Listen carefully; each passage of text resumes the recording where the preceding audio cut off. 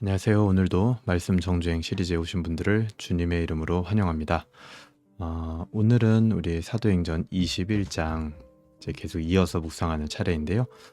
지난주 금요일 날 이제 1절부터 16절까지 했고, 오늘은 17절부터 26절까지 이제 바울이 예루살렘에 있던 야고보를 이제 방문한 그 일에 대하여 우리가 같이 묵상을 해볼 수 있으면 좋겠습니다. 이제 17절, 18절을 보게 되면 예루살렘에 이르니 형제들이 우리를 기꺼이 영접하거늘 그 이튿날 바울이 우리와 함께 야고보에게로 들어가니 장로들도 다 있더라. 그래서 예루살렘의 야고보와 장로들에게 바울은 이방에서 했던 사역들을 간증하고 은혜를 나누게 됩니다. 그런데 이제 간증을 나누고 은혜를 나누는 것까지는 참 좋았어요. 그런데 이제 예루살렘에서는 여전히 이 바울에 대한 어떤 문제가 좀 있었던 것 같아요. 20절에 보면 그들이 듣고 하나님께 영광을 돌리고, 여기까지는 좋아요. 간증을 듣고 하나님께 영광을 돌렸습니다. 그런데 바울더러 이르되 형제여, 그대도 보는 바 유대인 중에 믿는 자 수만 명이 있으니 다 율법의 열성을 가진 자라. 내가 이방에 있는 모든 유대인들을 가르치되 모세를 배반하고 아들에게 할례를 행하지 말고 또 관습을 지키지 말라 한다 함을 그들이 들었도다. 예루살렘에서 있었던 바울에 대한 문제가 뭡니까? 바로 20절에 방금 읽었던 대로 유대인 중에 믿는 자 수만 명이, 특히 율법의 열심을 가진 자들이 있었다라는 겁니다. 근데 그들은 바울이 이방인들에게 모세의 율법에 대해서 자유를 준 것, 혹은 그 이방 지역에 같이 살고 있던 유대인들에게도 같은 복음을 전했던 것에 대해서 굉장히 못마땅하게 생각을 하고 있었던 거예요. 그래서 그들로 인해서 이제 문제가 제기되고 이런 문제가 발생할 것을 이제 야고보가 우려하고 있는 거죠.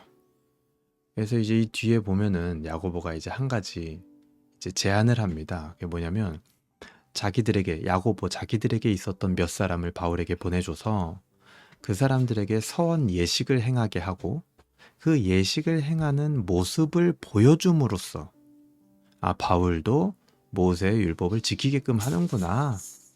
그래서 그 전에 이 불만을 가지고 있었던, 그 모세의 율법에 열심을 가지고 있었던 유대인들이 바울을 그렇게 바라보게 만드는 그런 한 가지 이제 제안을 한 거죠. 근데 다만 이제 그러면 이 예루살렘에 있었던 지도자급이 되는 이제 야고보와 장로들도 그 율법의 열성이 있었던 유대인들과 같은 생각이냐? 그렇지는 않아요. 이제 그 뒤에 보게 되면 25절에 보면 주를 믿는 이방인에게는 우리가 우상의 제물과 피와 목매어 죽인 것과 음행을 피할 것을 결의하고 편지하였느니라. 그래서 바울이 그런 복음을 전하는 거에 대해서 우리는 이견은 없다. 같았습니다, 의견이. 저는 이제 그러고 나서 이제 바울이 이들의 제안대로 그렇게 이제 예루살렘에서 합니다.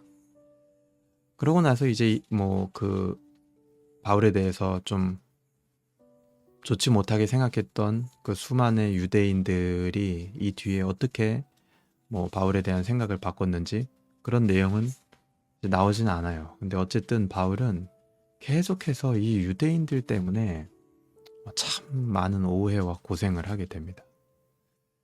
그래서 저는 이 부분을 사실은 좀 묵상을 하면서 개인적으로 참 안타깝기도 하고, 어떤 면에서는 좀 정서적으로 공감되지 않는 부분들도 많았어요. 왜냐면 예루살렘에 아직도 몇 명, 일부가 아니라 굉장히 많은 수의 유대인들이 여전히 모세의 율법에 매여 있다라는 거. 그리고 그것을 예루살렘 지도자들이 원만하게 해결하고 있지 못한다라는 거.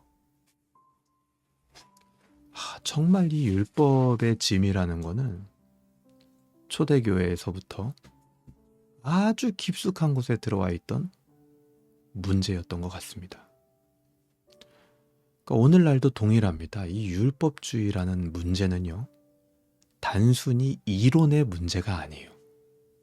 이제는 제가 봤을 땐 문화와 정서의 문제입니다. 그래서 율법주의는 문화와 정서를 통해서 문화와 정서의 율법주의라는 거예요.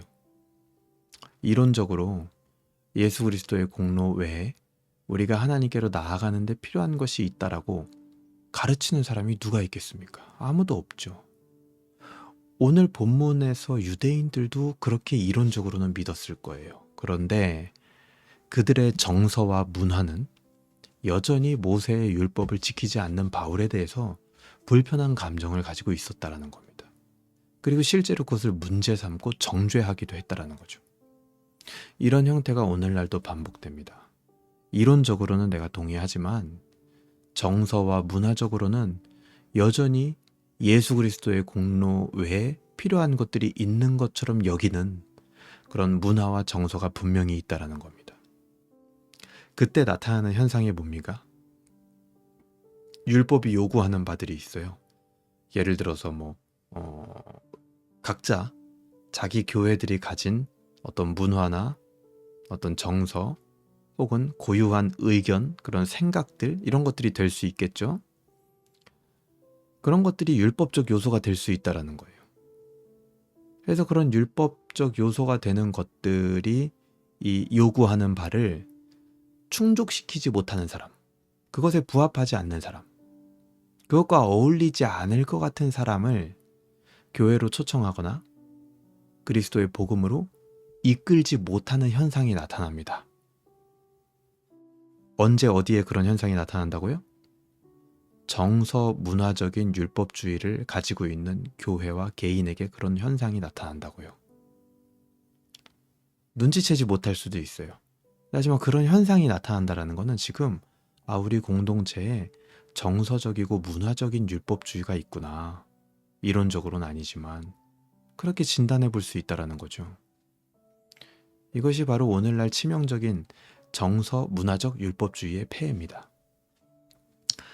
이런 일들은 예나 지금이나 끊임없이 바울 때나 오늘날이나 반복되는 것 같아요. 그런데 저는 사실은 오늘 이제 좀 묵상을 좀 깊이 해보고 싶은 것은 단순히 그런 교회의 형태, 그리고 정서를 넘어서서 어쩌면 오늘 본문이 우리의 내면을 보여주는 거 아닌가 그렇게 생각을 해봐요. 우리 안에 끊임없이 발현되는 정서적이고 문화적인 율법주의가 있습니다. 그리스도의 공로로 내가 구원을 선물로 받았다라는 사실을 인정하거나 받아들이거나 생각하지 못한 채로 어느새 또다시 내 안에 율법주의의 바벨탑을 마음에 쌓아 올리고 있는 모습들이 있다라는 거죠. 정서적으로, 문화적으로. 이론적으로는 아니에요, 절대로. 조금만 살기가 편안해도, 또 조금만 고난이 없어도, 조금만 살만하면 인간은요, 여지없이 나 자신에 대해서 혹은 남에 대해서 이 정서적이고 문화적인 율법주의의 잣대를 견고하게 쌓아 올려갑니다. 그리고 그것을 성화라고 생각을 하죠. 근데 하지만 안타깝게도 그것은 성화라든지 어떤 믿음으로 인한 행위라든지 그런 것들과는 전혀 상관이 없습니다. 성화이고 믿음으로 나타나는 행위라는 허울을 뒤집어 쓰고 나타나는 거죠. 그 뿌리와 근원을 보면 그것과는 전혀 상관없는 곳에서부터 자라난 것입니다. 그래서 우리가 이 칭의라는 것, 그것이 성화랑 연결되어지는 것이 얼마나 중요한지. 다른 말로 하면요, 우리의 이 행위가 은혜로 얻은 믿음으로부터 나와야 하는 것이 얼마나 중요한지를 우리가 생각해 보게 되는 겁니다. 때로 우리가 성화라고 생각하는 것들, 믿음의 행위라고 생각하는 것들은 칭의나 혹은 은혜로 얻은 믿음과 상관없이 자라날 때가 사실은 매우 많아요. 우리 정서적으로 또 문화적으로. 그게 익숙한 사람들인 거죠. 율법주의 자체가. 그렇게 해야 속이 시원하고 왠지 그렇게 해야만 될 것 같고 또 이 세상이 사실은 그런 구조로 흘러가죠. 내가 무언가를 하면 그 대가를 얻는. 그러니까 율법주의 그 이상의 복음이라는 것을 경험해 보지 못하니까 똑같이 아직 정서적으로, 문화적으로는 이 무언가를 해야만 얻는 율법주의 안에 갇히게 되는 그런 것들이 우리 안에 있다라는 겁니다. 그러니까 이 예루살렘에서 벌어진 일이 지금 다른 데서 벌어지는 게 아니라 내 안에 벌어지고 있는 거예요. 내 안에 복음과 왜 자꾸만 그것을 무시하고 나오게 되는 이 수많은 유대인들처럼 정서적이고 문화적으로는 약간 율법주의적인 색채를 띠고 있는 그런 마음들이 자꾸 자라나는 거죠. 그런 행위와 성화는요, 반드시 정죄합니다. 그런 데서부터 나온 행위, 그리고 그것이 성화라고 착각하는 그런 행동들, 그것은요, 반드시 정죄해요. 그리고 시기합니다. 그리고 그거를 함으로써 내가 우월감을 느껴요, 거기서. 그래서 차갑습니다. 그래서 용서가 없어요. 우리 안에, 그리고 내 안에 수없이 일어나는 이 본문에 나왔던 그 수많은 유대인들, 아직도 모세의 율법에 집착되어 있는 전통과 관습에 집착되어 있는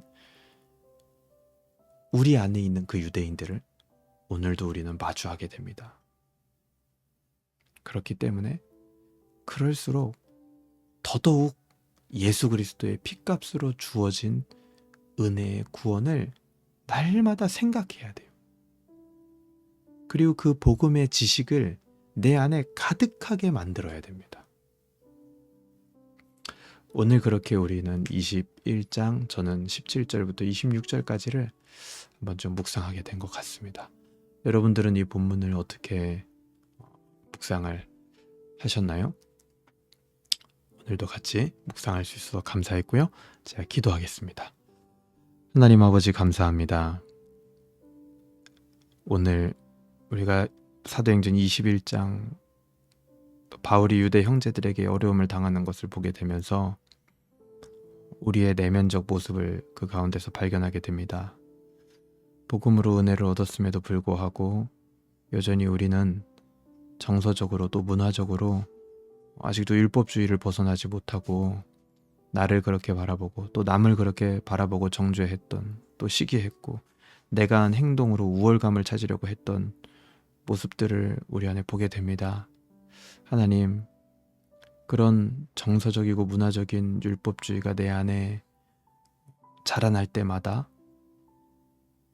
은혜로 값없이 얻은 구원이라는 선물, 그 복음의 지식을 우리 안에 날마다 되새기게 하여 주시옵소서. 내 안에 엉뚱한 생각들이 들 때마다 그것이 바로 복음을 생각하라는 사인으로 받고 오늘 하루를 살아가게 하여 주시고 끊임없이 이 복음의 지식과 진리를 되뇌이는, 또 그것을 가지고 기도하는 하루가 되게 하여 주시옵소서. 감사드리며 예수님의 이름으로 기도합니다. 아멘. 네, 오늘도 같이 묵상할 수 있어서 너무나 감사했고요. 여러분 오늘도 하나님께 영광 돌리고 또 하나님 안에서 행복한 하루 되시길 바랍니다. 감사합니다.